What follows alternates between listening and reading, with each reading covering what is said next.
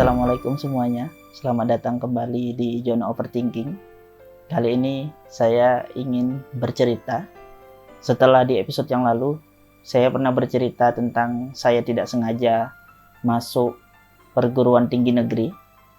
Kali ini saya ingin melanjutkan cerita saya, dimulai dari saya masuk hingga bagaimana ceritanya saya bisa memperoleh beasiswa bidik misi, yang pada saat itu saya tidak tahu beasiswa itu datang dari mana, beasiswanya seperti apa, bagaimana cara mendapatkannya, saya buta sama sekali. Cerita ini bermula ketika saya ingin mendaftar ulang karena tidak tahu jalan, jadi saya memutuskan untuk pergi bersama teman saya yang kebetulan lulus juga di Fakultas Pertanian, namanya Yudi. Ya, pergilah kami bersama-sama dari Tebing ke Medan. Ada hal menarik yang terjadi ketika kami sampai di Medan, karena kami naik bus yang tidak biasa dinaiki Yudi untuk ke Medan. Jadi bus ini ternyata tidak berhenti di Amplas, dia terus saja menuju ke loketnya. Loketnya itu lewat jauh lagi dari Amplas, sekitar mungkin ada 10 km lah dari Amplas. Jadi kami berhenti di situ dan diturunkan di situ. Karena waktu itu tidak tahu, kami juga tidak sempat minta berhenti di pinggir jalan di daerah Amplas. Jadi kami terikut sama bus itu sampai ke loketnya. Nah, dari loketnya ini kami benar-benar buta, nggak tahu mau naik angkot apa. Pada saat itu belum ada Gojek atau kendaraan online lainnya. Jadi harapannya cuma naik angkot dan naik beca. Kami memutuskan untuk berjalan. Pertama karena waktunya sudah masuk asar, kami cari masjid, ketemu masjid lah. Masjid, akhirnya sholat. Selesai sholat, kami masih melanjutkan jalan untuk lihat kanan kiri. Yudi berusaha menandai tempat lah, karena dia cukup sering ke Medan beberapa kali, jadi dia sudah hafal sedikit-sedikit lokasinya. Dan waktu itu kami belum kenal Google Maps dan memang juga nggak ada smartphone pada waktu itu, jadi sangat sulit untuk tahu kami lagi ada di lokasi mana sekarang. Hingga akhirnya Yudi sadar, oh ternyata ini tempatnya di sini. Waktu itu ternyata kami ada di jalan STM. Jadi kami ketemulah angkotnya, kami naik angkot itu, akhirnya angkot itu berjalan dan kami sampai di USU dengan selamat. Tapi waktu itu saya benar-benar bodoh amat sih, benar-benar ya udahlah, jalan aja lah, ngikuti. Saya benar-benar nggak punya, orang yang nggak punya tujuan dan nggak punya pendirian waktu itu, ngikuti teman aja. Karena waktu itu ada Yudi, saya akhirnya ngikuti dia aja, dia yang nyari solusi kira-kira bagusnya ini gimana. Karena memang saya pribadi pun nggak tahu kondisi pada saat itu, nggak pernah ke Medan sama sekali, jadi nggak tahu harus bagaimana dan berbuat apa. Karena kami datang sore terus besok paginya mau daftar ulang, akhirnya kami mencari tempat menginap. Dan pada saat itu nanya ke senior SMA yang kebetulan kuliah di FISIP USU, dia menyarankan kami tinggal di musola FISIP. Nah, saat itulah pertemuan pertama kami dengan mahasiswa yang tinggal di musola. Jadi bagaimana kehidupan mereka tinggal di musola kampus, terus bagaimana tata cara hidupnya. Kami mulai belajar sedikit-sedikit lah dan beradaptasi. Waktu tes kesehatan, saya menemukan hal unik dalam diri saya yang baru saya ketahui saat tes kesehatan itu, yaitu ketika tes mata, tes buta warna, ternyata di situ saya mengetahui bahwa saya buta warna parsial. Di situ saya sangat terkejut.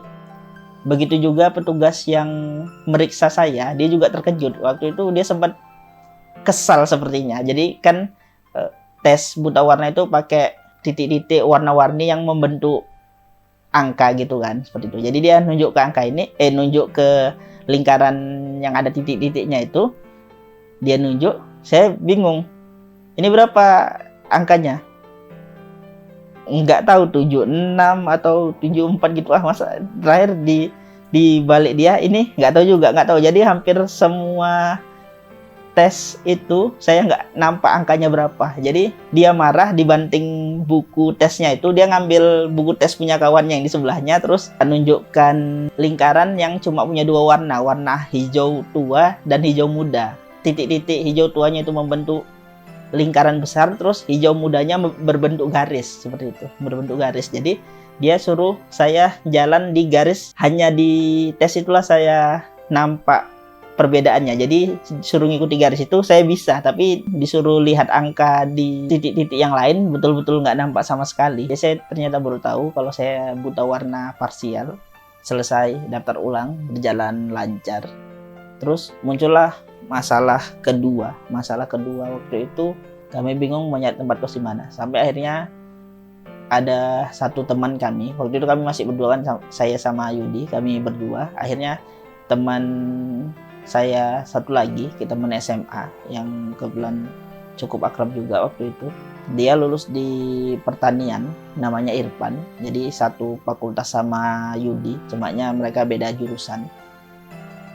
Jadi akhirnya kami bertiga nih nyari solusi untuk kos-kosan. Terakhir Irfan orang tuanya punya kenalan di Medan, nggak tahu gimana jalurnya, pokoknya ada kenalan. Nah, ternyata di sana ada musola di perkampungan gitu yang nggak ada marbotnya karena dia bentukannya musola kan, jadi nggak ada marbotnya. Kalau kami mau tinggal di situ boleh seperti itu. Jadi musolahnya itu di perkampungan di pinggir landasan Polonia. Waktu itu masih ada Polonia zaman kami. Jadi kami tinggal di musola yang jarak sekitar mungkin 10 meter atau 20 meter itu tembok landasan pesawat. Jadi setiap pesawat naik atau turun, kaca nako musolanya itu bergetar. Jadi asal ada pesawat, kaca nakonya gitu bergetar, betul-betul dekat lah sama landasan pesawat. Jadi kami dianjurkan tinggal di situ. Ya udahlah, kami datang sana dan ternyata musolahnya di dekat sungai, dan sungainya itu nggak ada jembatannya, adapun jembatannya jauh sekali. Jadi masyarakat setempat yang buat rakit untuk orang menyeberang. Jadi di kota besar seperti Medan masih ada di sudut-sudut kotanya wahana seperti rakit ini yang digunakan masyarakat untuk menyeberangi sungai dari kampungnya menuju ke jalan raya.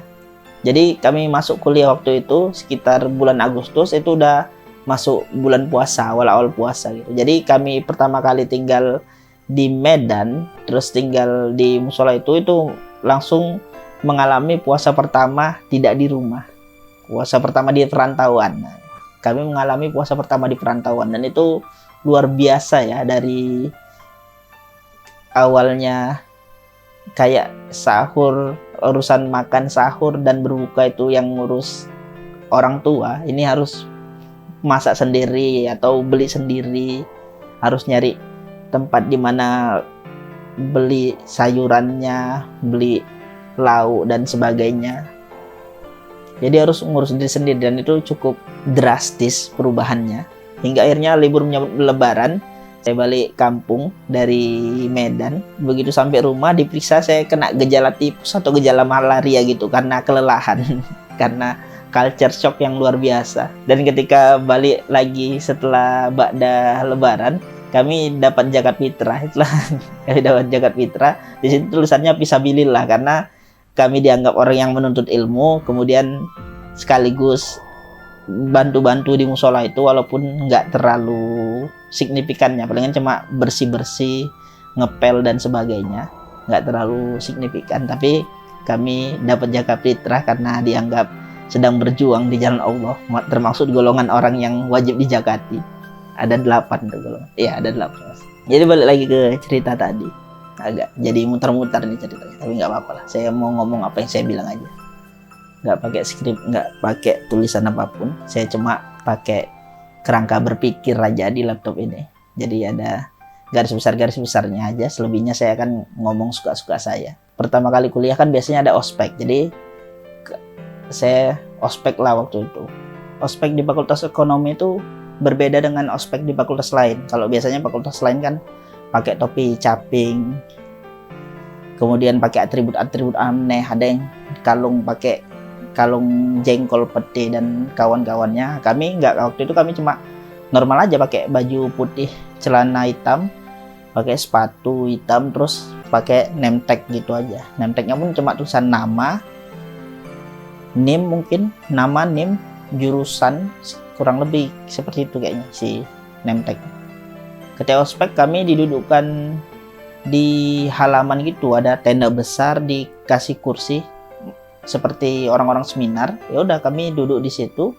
Nanti dipanggil pemateri orang-orang sukses yang tujuannya memotivasi kami bagaimana agar bisa mencapai kesuksesan seperti mereka, bagaimana menjalani kehidupan kampus yang ideal versi orang-orang sukses ini, agar kami ya bisa ketika keluar dari kampus ini bisa sesukses mereka seperti itu. Saya ingat kami kedatangan gubernur waktu itu, Gubernur Sumatera Utara, Bapak Haji Samsul Arifin. Dan ketika diberi kesempatan bertanya, saya mengangkat tangan waktu itu untuk bertanya. Hanya saja saya belum punya pertanyaan. Jadi refleks saja ketika moderator bertanya siapa yang ingin mengajukan pertanyaan, saya angkat tangan. Dan saya nggak tahu waktu itu saya terpilih untuk memberi pertanyaan. Dan belum ada pertanyaan waktu itu. Tiba-tiba ketika moderatornya berjalan mau menghampiri saya di fase itu, dari mulai dia jalan dari pentas kemudian mendatangi saja fase beberapa menit itu, saya teringat pernah baca berita soal jadi gubernur pada saat itu tersandung kasus korupsi ketika menjabat jadi bupati. Jadi entah kenapa itu yang ada di pikiran saya ketika dikasih mikrofon, saya bertanya soal kasus korupsinya. Jadi saya bertanya, Pak, saya mendengar kabar Bapak ada tersandung kasus korupsi, itu bagaimana pendapat Bapak? Waktu itu semua kaget dengar saya bertanya seperti itu. Bodoh juga sih, ngapain saya nanya